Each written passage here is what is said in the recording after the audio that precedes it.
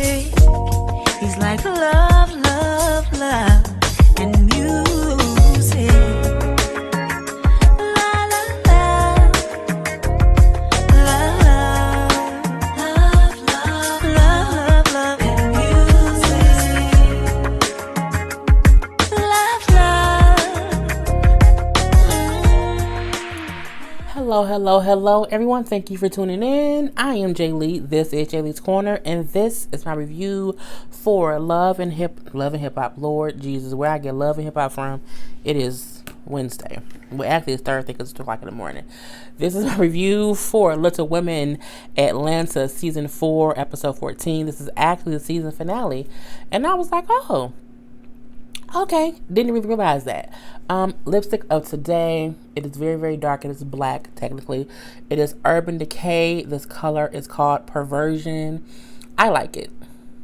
You know, some people like my dark lipsticks. Some like my brights. I like them all. So let's get into this review. And someone else asked if I can tell them where to get the lipsticks from. Sephora. Sephora, and that's in the store, or online, or Urban Decay website. So yeah, but I get my stuff from Sephora. I have a girl at Sephora, love her. So I get all kinds of lipsticks and stuff. So we see the beginning of the episode starts off with Tanya and talking to Vaughn.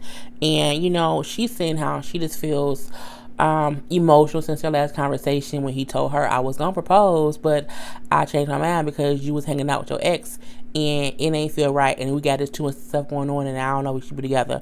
We're not to be together, but I don't know we should be getting married. I think we're moving too fast. We need to pump the brakes. So she's feeling emotional after that. Saying how she just needs some space, so she wants to go spend a couple days in New York with her father, and just to get some breathing room from him, and to get things sorted out, and to get things together in her head. And he like, you trying to run? That's what you're trying to do. And she's like, no, I just need some clarity and just need some time to myself to do that. And so, you know what I'm saying, I'm gonna go get some clarity. And he like, okay. So we then see Andrea and Chris, who are at the doctor's office and checking on the baby. And we see that she has stopped having contractions. Everything has slowed down. The doctor did say that the baby is small, but that is typical for a baby, for a little person, and tells her that she needs to kind of take it easy, to relax, release, basically drink plenty of water, get plenty of rest so that she can stay pregnant as long as possible. But he is happy with her progress of not having contractions anymore. So that was a good thing. So I'm like, okay, cool. So the next thing we see, Tanya talking about how she wants time herself to think, honey, she in New York with everybody. Tanya's there, Abir's there, Juicy, Sam, and Money, what was it? And Money was out there. So I'm like, it was a whole trip. Girl, it was a whole real trip. So only the twins aren't there, and neither is Minnie. Because, of course,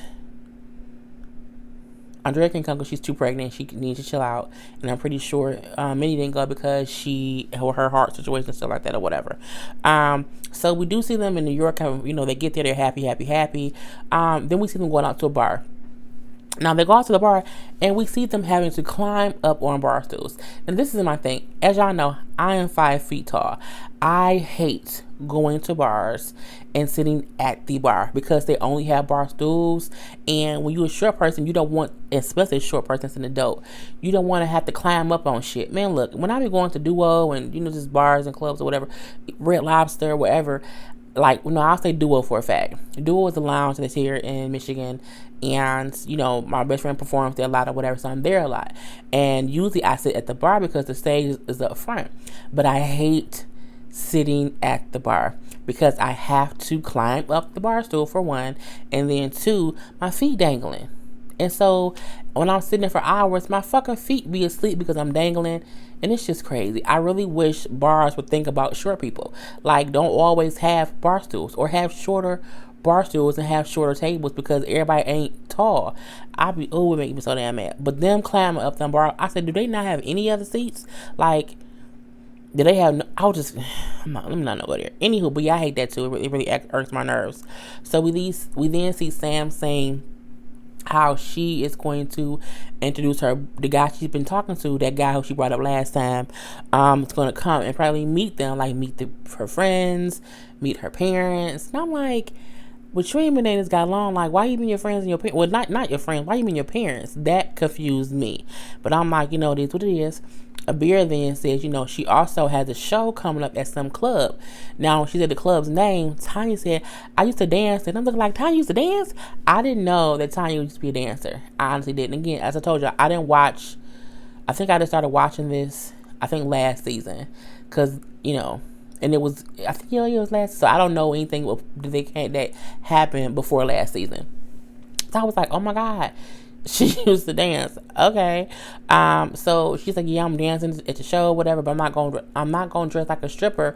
I assumed she meant that she had like a rapping show at a strip club and she just wasn't going to dress provocatively. Then Juicy walk up and they're like, well, yeah, I'm guessing the beer said that before Juicy got here because Juicy supposed to be her manager, and I guess Juicy didn't know. So when Juicy walk up, it's like, yeah, I got a show at this club, dancing. I'm like, dancing? Okay. And Juicy's like, okay. Now Juicy is surprised too, basically because she her manager and she's like, I didn't know about it, and but she like, well, no, I do. I manage Lil V, so if she dancing under her stripper name Fire, I guess that's on her, because again, I don't manage her as a stripper. I manage her for rap.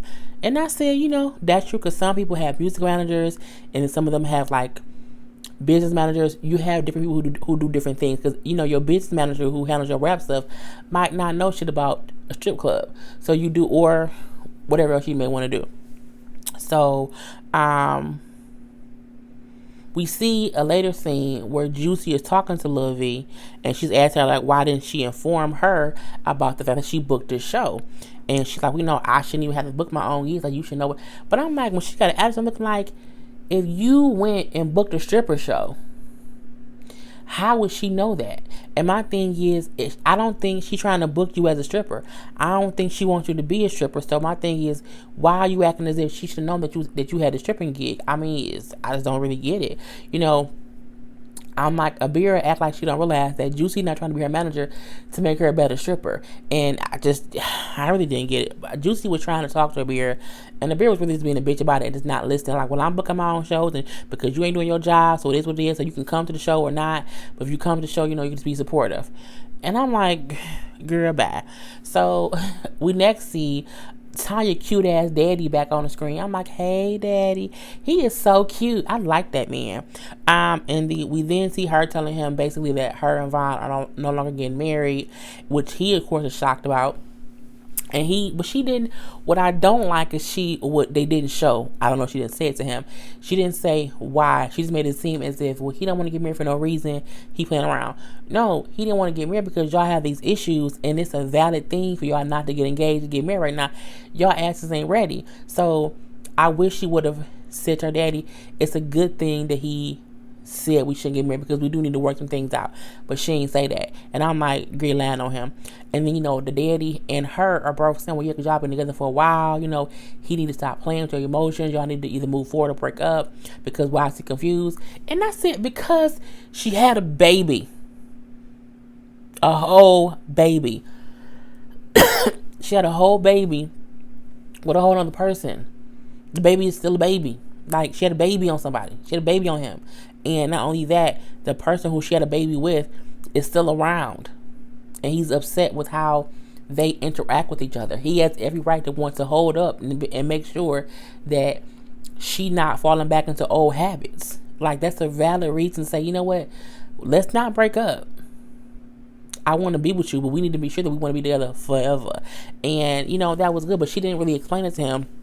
And I'm like, but that's her daddy, and he gonna support her. But I'm looking like Tanya is really absent-minded and an idiot in my point of view. Not an idiot, she's stupid, but she's oblivious to the fact that her and Vaughn, she not ready to be nobody's wife. She's not. She is not currently wife material. She has a lot of growing for herself to do before she can be someone's wife, because she don't even really know who the fuck she is yet, let alone to be somebody's missus. And that's how people end up getting married and getting a fucking divorce, because they get married before they know who they are themselves, and then they marry someone and they get all, and then shit just go wrong. So she need to realize that she is not old enough to even be somebody's wife. She's not mentally, emotionally, and I won't say spiritually, but I don't think she's emotionally ready to be Vaughn's wife. She isn't. You can't tell me no different. So we do see Sam, her parents, and they were all hanging out at dinner, waiting to meet this little boyfriend of hers, dude named Michael. Now I'm confused because the last I heard, she met the guy. They talked on the phone. He lived out of state, and that was it. So now it's like 2 episodes later, and now you're a boyfriend, meeting her family. I'm like, what? That was fast. It's really, really fast. So she's sitting there. He ain't there yet. I'm going to go outside. I'm going to call him because, of course, he ain't there yet. She gives him a call. And he like, yeah, I had to go to work, so I can't make it. I'm not coming. And she's pissed. Why wouldn't you call me? Tell me you weren't coming. I look so stupid. Bro, this is really dumb, bro. I'm like, first of all, when you call your boyfriend bro, that's just weird to me. And, my parents are here and all my friends are here. This is so embarrassing. Why wouldn't you call me and tell me, like, I'm sorry, but I'm not coming. And, I mean, it really was. It was awkward. She started crying. This is so embarrassing. And it is completely embarrassing. However, I'm gonna say something in 1 second. She go back in. She stops crying, and everyone is supportive. She said, he's not gonna come. He's not coming, and they kind of said, well, it's okay. We got to meet your parents. It's a great thing. Don't worry about it. And they tried to have a good night, but she looks hurt. This is my thing. To my knowledge, you and this man ain't been on not a date. Because I feel like if you and him went on a date, it would have been the episode on here. They only said that you talked to this man on the phone one time and suggested a date. And now you in New York and he your boyfriend, he mean your family. I don't understand. Like you moved too fast. I feel like he was probably overwhelmed that you wanted to meet your whole fucking family. Or even you don't introduce a person to your parents just all willy-nilly. You know what I'm saying? Like, you just shouldn't. And I felt like she put too much pressure on him to meet them. And that's why his ass didn't show up. But I'm like, your first date with somebody should not be with your parents and all your friends. That just does not that would make any man run. Girl, bye. I can't do it. No, ma'am. No, thank you. No way. We see Sam, and she then meets up with the boyfriend, and she calls Sam boyfriend. And I'm like, again, when did Sam get a boyfriend? I'm just confused. And, he does say, I was overwhelmed. It was a lot with everyone being there. I was uncomfortable, so I just didn't come. I'm sorry I didn't say that to you. And she's like, why didn't you tell me? I get that you were overwhelmed, but you should have told me. I'm sorry, honey. I'm so sorry. I won't do it again. You can't do this again. You have to show up for me. Are you going to show up for me? I'm going to show up for you. I mean, is it me? He reminded me of Jordan. They remind me of Jordan and Amanda. He just didn't look how I thought he would look. I don't know. I don't know.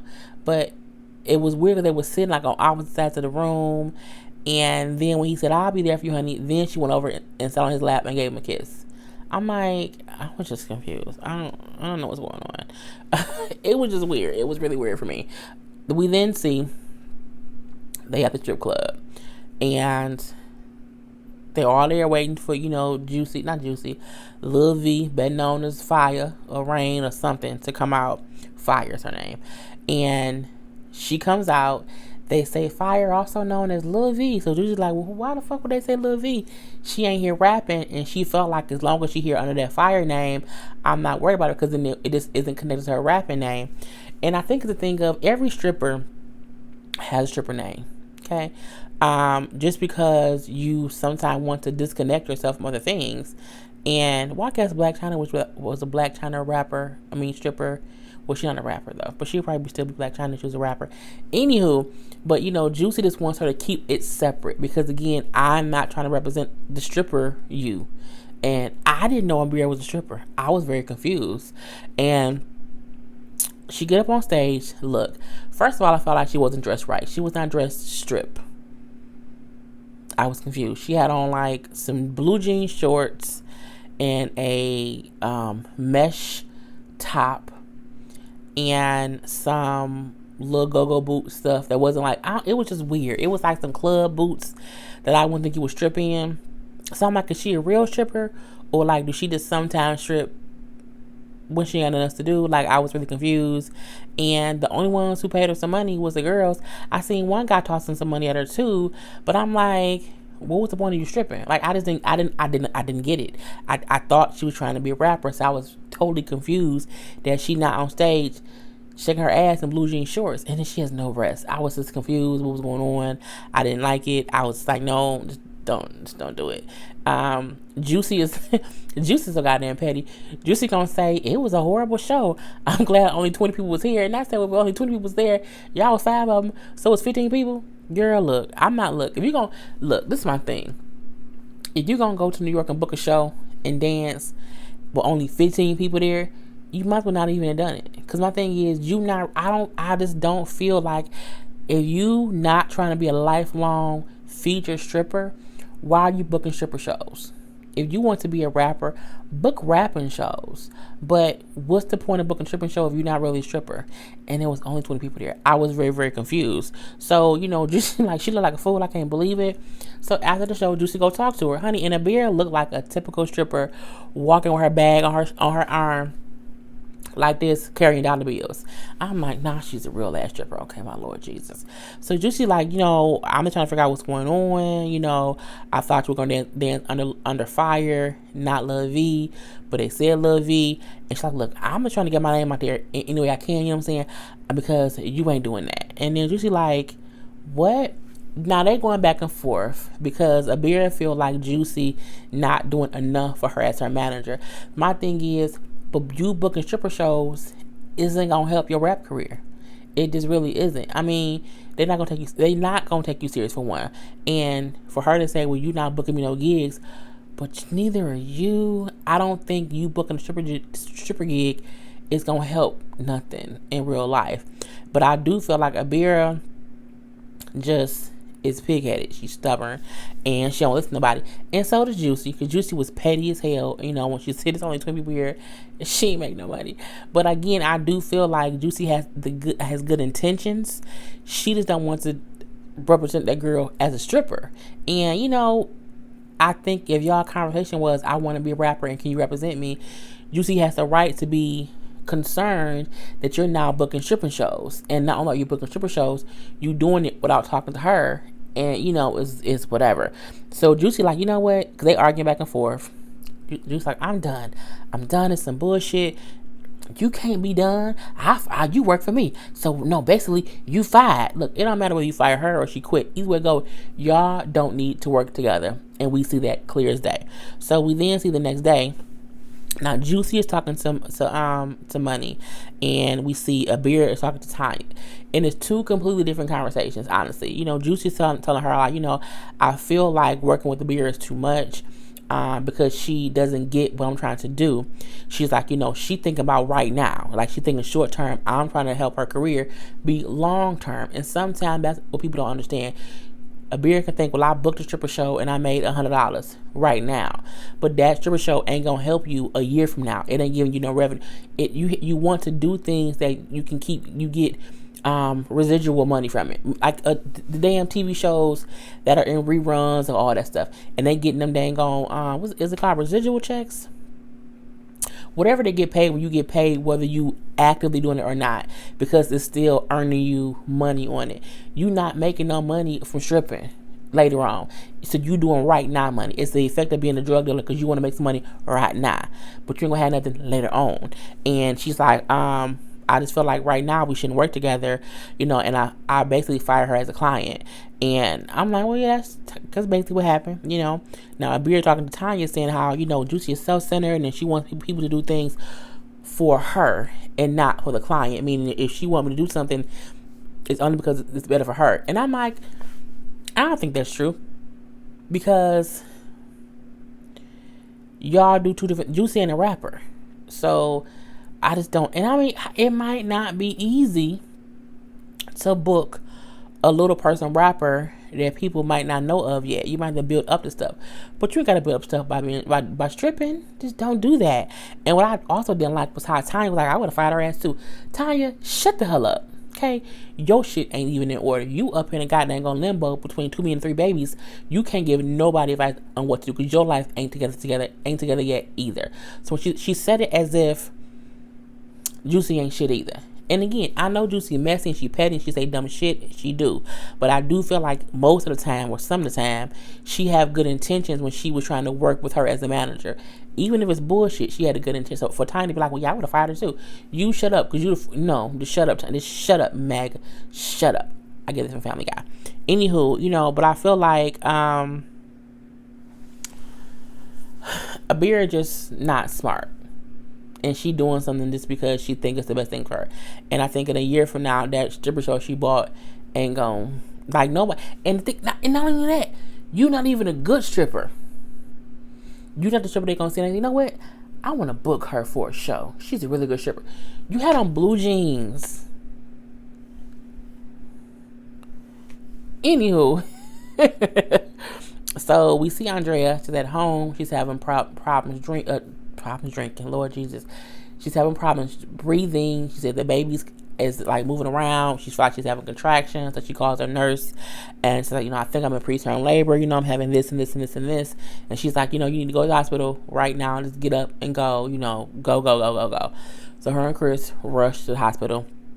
She does call Amanda to let Amanda know, like, something's going on. I think I'm going to labor. I need you to come. I'm going to be at the hospital. Okay, cool. So we see that whole other thing. Tanya and them is at dinner. And at the dinner, she's bringing up how she's confused about Nico and Vine, saying how Nico was her best friend.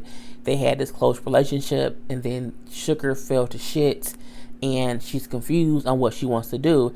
And she basically says, like, I don't know what I want to do. I don't, because I think Juicy said, do you still love him? And she says, I don't know. Like, I don't know. Or, like, you want to be with him? She's like, I don't know. She's literally torn between the two.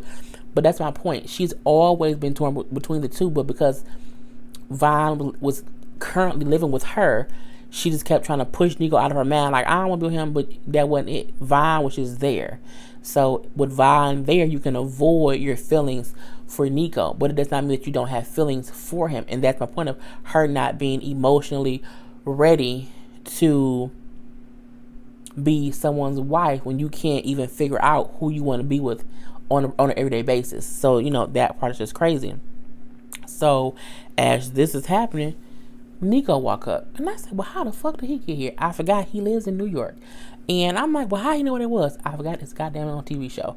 Anywho, he get there and Sam already aggravated. Oh my God, this motherfucker. Sam has an issue with Nico because of the things that he's done wrong to Tanya. I completely get that because as a friend, that's what you're supposed to do. However, how the fuck ever, Tanya still cares for Nico and she still lets him be around like that. And it don't have nothing to do with the kids. She still lets him be around in a way to where he think they can still have something. And so it's not completely Nico's fault that he still comes around. Tanya allows it. When you done with an ex, relationship wise, and you make that shit clear, he ain't popping up in my life to be like, hey, what's up? Can we talk? Because I made it clear to him, ain't shit gonna go on. Even when Tanya tried to make it clear to him, it still seemed like she don't mean what she's saying. And that's me saying that. So I know he probably feels something different too. I'm not saying he right for popping up. I'm not saying that. What I'm saying is Sam can't put all the blame on Nico as if he's the sole person who's always wrong. Tanya has played a hand in this situation too. And I feel like Sam just needs to sometimes calm the fuck down and just support Tanya by not saying shit to or about Nico. Because when you do that, it makes shit worse. So sometimes the way that you support your friends is just shutting the fuck up and waiting for what they tell you to do or say. And if they own some, I hate him. Girl, I hate him too. But if they not on that tip, if they not on I hate him tip, you can't come in there, oh, rah, I hate him. What he doing here? He pissed off my girl. You can't do that because your friend going to then get mad at you. And she not going to come to you about issues. And then she going to be holding that shit in herself. And then when some shit do pop off, you're not going to have no idea. So, Sam, shut up right now. Just be quiet, calm down. Let them handle it. So, we see them two go talk. And,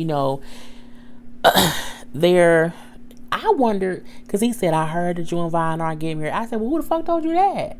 Like, how you found out? Like, who told you? He says, I think it's for the best. She said, well, yeah, we're not getting married anymore. Okay, and what? And he's like, well, I think it's for the best. He's like, look, everyone knows you love me. Everyone can see it. You love me. Vine a little bit crazy. I mean, not Vine. Nico a little bit crazy for her. But I feel like somewhere she loved that man. And it's the craziest shit ever that she does. I do think he's extra. He need to calm the fuck down too. He need to leave her be and let her come to him. If she do love him, let her come to you. Don't keep coming to her, because you are making yourself look crazy and stalker-ish. So he like, you love me, everybody see it. And she's not denying it. She's just saying it in a different way. She says, I did love you. We were the best of friends, but I've grown now and I'm a different girl. And, you hurt me a lot. You hurt me a lot, and I don't trust my heart with you. I said, now that's deep, because that doesn't mean I don't love you. It means I love you, but I can't trust you with my heart because you've already hurt me. I'm like, again, that's what he means by you still love me. It doesn't mean you want to be with me or whatever. It just means I know you love me in some sort of way, and you denying it. And she kind of confirmed it by saying, I can't trust you with my heart because you've already hurt me. And that's the only reason why we can't be together, because I don't trust you with my heart. It doesn't mean I don't love you, though. So they're saying the same thing in two different ways, I guess. And he then says, but you hurt me too. You hurt me bad. You hurt me bad. You hurt me before Vine, after Vine, during Vine, and currently. And I said, well, goddamn. Okay? So it's a thing of they both have hurt each other in different ways. And they both... She said as if, one, you're a bad father because you're not around that much, and you do this and you do that.